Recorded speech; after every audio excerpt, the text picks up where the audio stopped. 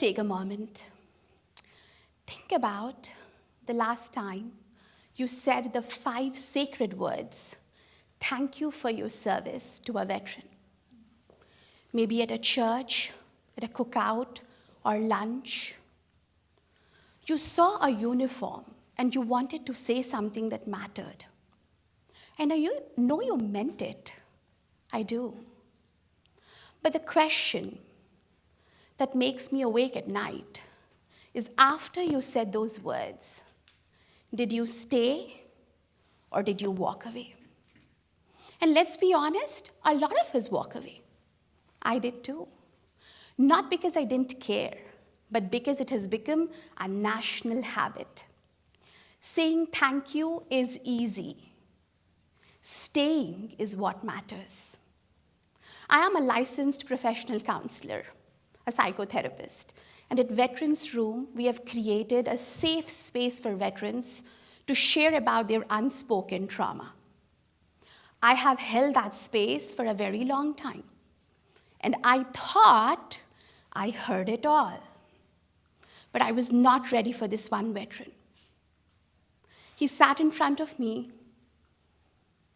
leaned forward, looked into my eyes, was very calm, a sort of calmness that I did not fully understand, and said, "Do you guys even know the true meaning of thank you for your service?"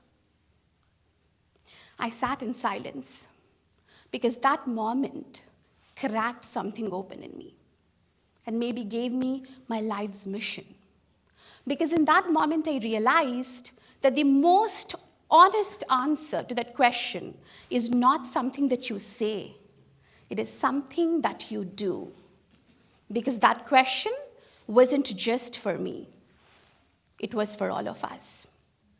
When we try to express gratitude, we want to make that moment memorable. But for them, it's the beginning of a much quieter reality.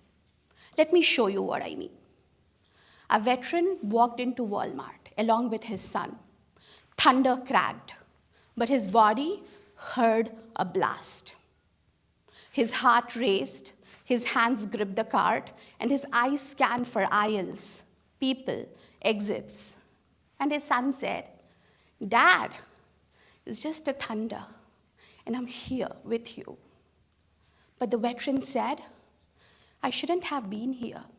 I should have been out there with my team, with my members." Because war does not end when the uniform comes off. It comes back home with them. And a lot of veterans are carrying it silently. And sometimes we mistaken that silence for strength, but for them, it's survival. And a lot of veterans are doing this because they have to, not because they are okay. They are not. Another veteran called me at 3 a.m. and said, "Madhuri, my wife is sitting right in front of me. I can see her, but I'm not able to talk to her. Can you please connect with her?" His wife had passed away 2 years back. But what he was feeling in that moment was very real. And he did not call me for some clinical guidance, fixes, or solutions. He called me because he wanted someone to pick his call and stay with him. And in that moment, I realized that this is not just a mental health crisis, this is a loneliness crisis for so many veterans. And then there are families that we rarely speak about. A 10-year-old daughter said this just a day before her father was about to be deployed again. "I was used to you being gone. Then I got used to you being at home. And now I have to get used to you being gone again." Her mother had a very exhausted smile on her face. She said, "You know what? I don't mind saying this.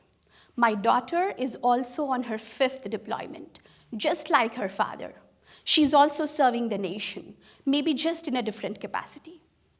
Because service does not end with the service members. It ripples through the families. So what do we do? What do we do? I went back to hundreds of veterans, sat with them, and asked this question directly. Please tell me, how do you feel when someone says, "Thank you for your service"? Some felt awkward. Some felt exposed. Some felt completely honored on the outside and fully unseen on the inside. And a veteran said it best.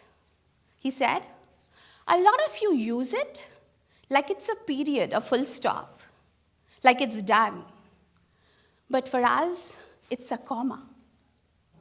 So what do we do with that comma? Reflected on the hundreds of real, raw, unfiltered conversations that I had with veterans. There were 3 themes that were rising to surface. I call it RED. R-E-D. Recognize, engage, and deliver connection. Recognize, not just the uniform, but the person who is carrying it. There is a Veterans of Foreign Wars post in San Antonio, Texas, and one of the commanders said this. When people walk into this building, they speak about the infrastructure, the building, the history, but they rarely talk about us. Do you know why? Because they don't ask. Because they don't ask. So this time, when you meet a veteran, walk up to them, look into their eyes, and instead of using "thank you for your service" as a goodbye, use it as a hello, and maybe say, "Is it okay if I sat with you?" And that is when we start engaging with them. So when you sit with a veteran, let's not rush them. Let's not fill in the silence. Let's not push them to overshare. Give them their space to talk. Because when stories are ignored, they become wounds. But when stories are shared in safe spaces, they become the way forward.